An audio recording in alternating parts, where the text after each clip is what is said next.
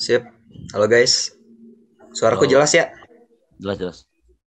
Oke. Ini Jelas, kan jelas. kita tuh mau ini mah rekam buat dokumentasi aja ya. Salah satu tugas di teori komunikasi ini. Jadi kita tuh tugasnya tuh yang pertama kita harus nyari teori dulu yang nanti dijadiin landasan buat pesan persuasif. Jadi kita tuh harus buka pesan persuasif berlandaskan teori ini. Nah, ntar dimuatnya dari tugas itu ada beberapa pilihan, bisa dari podcast, video, terus poster, terus apa lagi ya, flyer, ya udah itu paling.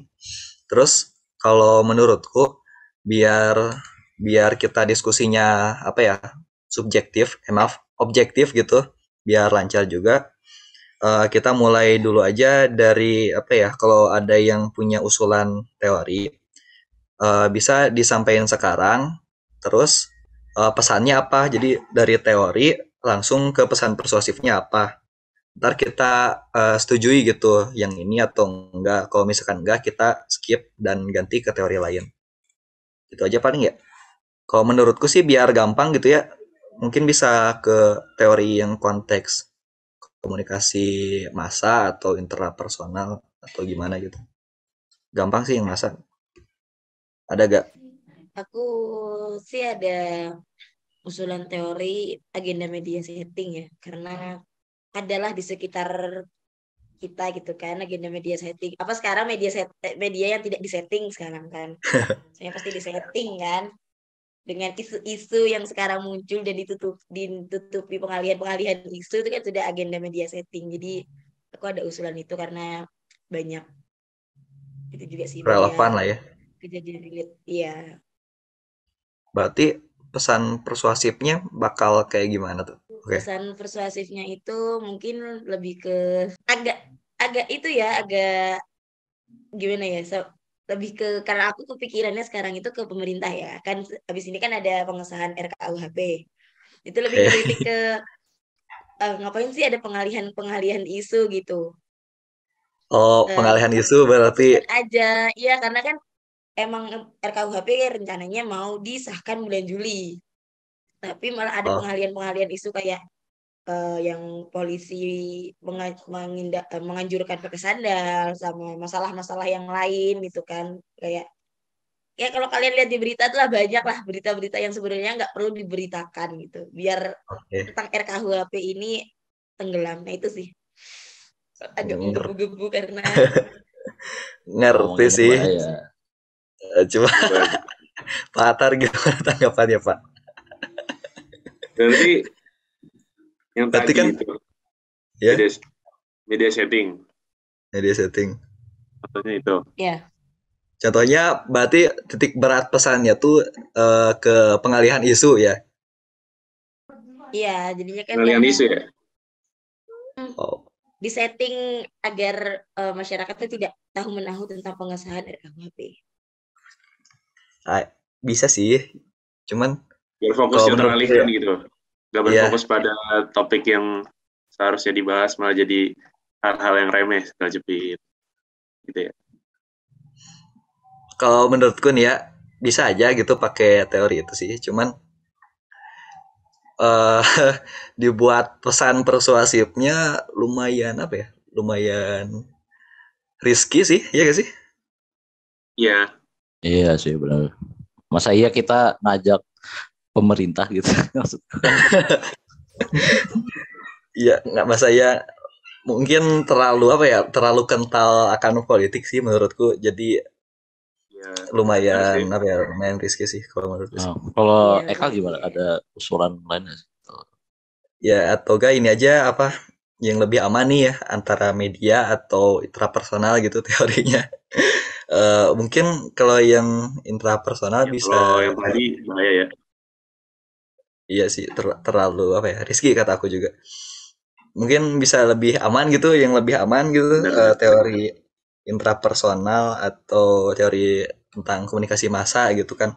Kalau yang intrapersonal sih mungkin bisa pakai teori ini ya yang aku pikirin ya, teori pengolahan informasi. Jadi kan memori kita tuh maaf, kalau komunikasi intrapersonal itu kan berarti dialog dengan diri sendiri kan, ada proses berpikir. Nah, si dalam proses berpikir itu tuh ada bagian persepsi, sensasi, sama memori kan. Nah, teori ini tuh lebih ke memorinya, teori pengolahan informasi itu. Jadi dianalogikan si memori kita tuh kayak komputer. Kalau misalkan ada apa ya, short STM, short, jadi memori jangka pendek. Short term Kalau di memory komputer, loss. nah iya, short term memory. Dan ada juga memori jangka panjang, long term memory. Nah, kalau misalkan kita nggak mengcoding si short term memory ini tuh, lama-lama yang kita ingat tuh bakal pudar gitu loh. Jadi mungkin pesannya tuh bisa lebih ke apa ya? Lebih ke mungkin cara mengingat kan. Di teorinya juga menurut psikolog tuh menyarankan untuk mengelompokkan memori gitu dengan cara metode chunking, atau banyak sih metodenya, mungkin pesannya bisa dari itu sih. Kalau menurut kalian gimana?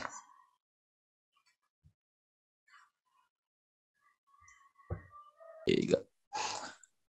Kayak itu kan yang Eka bilang kan tadi teorinya soal apa mengasah memori kan, masa agak kurang gitu, kayak kurang relevan aja gitu di sekarang, di era sekarang di mana apa-apa tuh media gitu. Aku ngusulin dari konteks komunikasi massa itu ada namanya teori usage and gratification gitu. Jadi teori Oh, usage and gratification tuh intinya tuh apa ya, ngejelasin kayak interaksi antara pengguna dengan media gitu, pengguna media dengan media gitu. Bisa bisa itu aktivitas si pengguna media tersebut di waktu-waktunya gitu kan. Terus kayak bisa juga kalau misalnya pesannya itu bisa ini yang lagi rame FOMO, apa itu FOMO tuh lupa gue. Fear of fear of missing missing out out. gitu. Ah itu Iya, fear of missing out. Jadi kayak kita tuh takut gitu ke missing out gitu, kita takut ketinggalan gitu. Jadi kita Tinggal informasi. ketagihan, ya kita kayak ketagihan sama media gitu.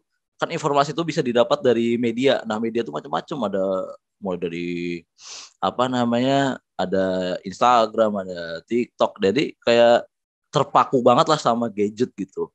Menurut kalian gimana, itu masuk gak? Bentar, berarti teori usage and gratification tuh memandang kalayak tuh sebagai audiens tuh sebagai kalayak aktif kan ya, Iya benar, iya buat layak memenuhi aktif. kebutuhan, Iya ya kan iya, ya. iya benar, buat memenuhi Menurut kebutuhannya lo buat ini pengguna. teorinya ini sih apa, relevan sih daripada yang itu loh, teori jarum suntik Suntik yang ya. kalau katanya kalayak itu sebagai kalayak pasif gitu, media tuh bisa benar-benar mempengaruhi. Kalau menurutku kan lebih relevan ini ya yang use and gratification, jadi si kalayak tuh bisa milih gitu medianya apa untuk memenuhi kebutuhannya kan. Oke oke. Iya sih benar. Oke, terus kalau misalnya menurut kalian pesannya itu yang si FOMO itu bagaimana?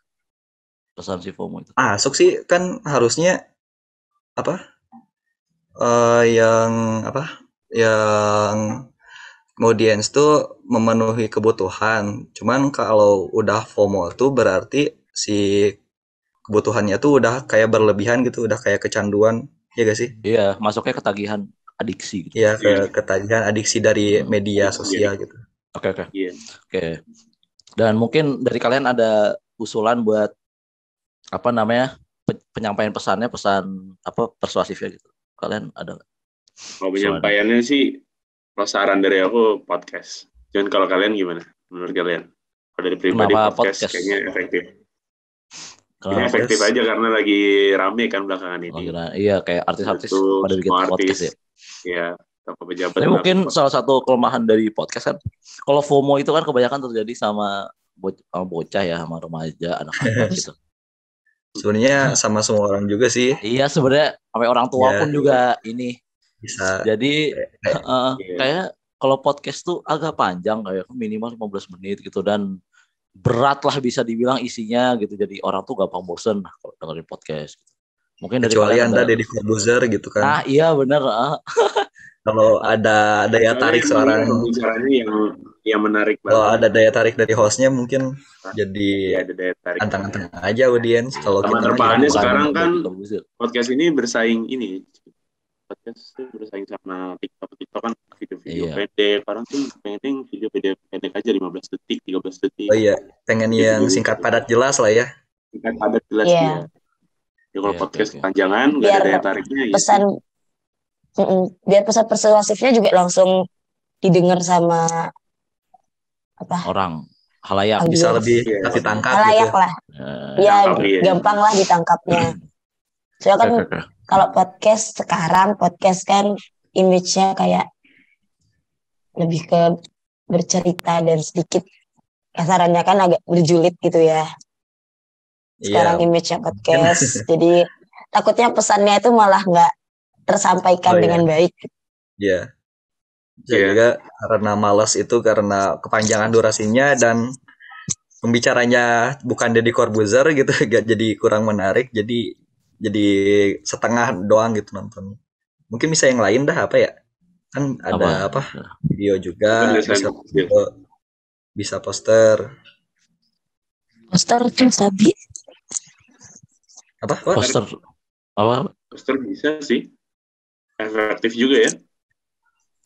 Efektif sih poster. Maksudnya kalau poster bisa menjangkau berbagai media mungkin. sosial lah. Bisa di-post di mana aja gitu ya. Iya, bisa. IG story, IG feed, terus apa? SW. Twitter, Facebook. Iya benar. Iya benar sih. Oke. Aku sih setuju kalau poster sih, soalnya menarik. Kalau misalnya poster yang kita buat menarik dan bisa dibilang nyantol ke mata orang itu eye catching gitu bakal efektif banget dan bakal berpengaruh sih menurutku. Itu. Menurut kalian gimana? Kalau aku sih setuju poster ini. Boleh setuju sih. Poster aku sih. Poster. Asal yang buatnya bisa aja gitu. Ntar yang buat mau siapa nih? Aku boleh. Anda expert kah? Anda expert ya, Bang? Ahli ya, buat poster ya. Percaya sih aku sama Salwa bisa sih, kayaknya bisa. Terima kasih atas kepercayaannya. Oke. Ini aku simpulin aja diskusi kita. Jadi pertama teori yang kita gunakan itu teori usage and gratification. Nah itu untuk pesannya FOMO, fear of missing out, dan untuk pesan persuasifnya poster yang akan dibuat sama si Salwa. Oke, guys. Oke. Gimana, mungkin ada pertanyaan atau gimana? Kalau dari aku gak ada. Aman. Iya, mungkin cukup jelas ya. Ya sih, dari pesannya bisa kayak ngejelasin FOMO dulu itu apa, terus disangkut pautkan dengan keadaan sekarang gitu yang kecanduan itu. Oke. Bisa. Yang dilandasi teori itu. Oke. Sudah ada gambaran sih. Oke. Jadi mungkin ini diskusi kita. Jadi makasih ya guys sudah mau datang dan diskusi bareng. Ya, Thank you guys.